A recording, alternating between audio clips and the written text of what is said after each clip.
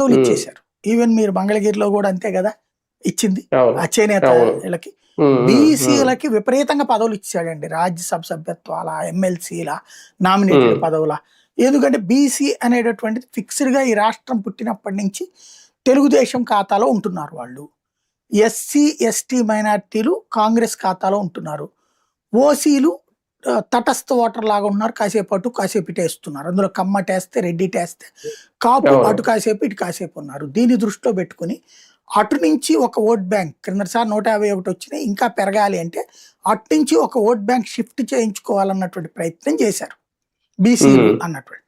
అది ఉమ్, వికటించి ఉన్న రెడ్డు పోయారు అక్కడ, ఉమ్, ఉన్న ఎస్సీ ఉమ్, ఎస్టీలు ఉమ్, పోయారు అవతలకి. ఉమ్, వాళ్ళకి ఉమ్, వేయడం బట్టి వాళ్ళకి 164 వచ్చినాయి, వాళ్ళకి 11 వచ్చినాయి.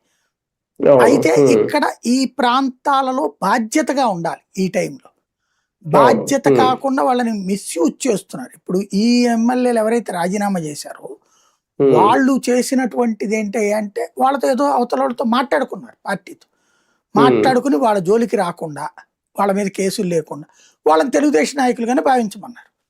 బట్ ఉమ్, అట్లాంటి వాళ్ళని చేర్చుకోవాలంటే మనం ముగ్గురం కూర్చుని సమన్వయ సమావేశం పెట్టుకోవాలని చెప్పింది తెలుగుదేశం. బట్ వాళ్ళని కంటిన్యూ చేస్తుంది. చేస్తూ వాళ్ళు రాజీనామా చేసిన ప్లేసుల్లో వాళ్ళనే ఉంచడమా, లేకపోతే కొత్త అల్లుడు బేదమస్తానరావు తన్నే ఉంచారు కదా. ఉమ్, అదే అవును.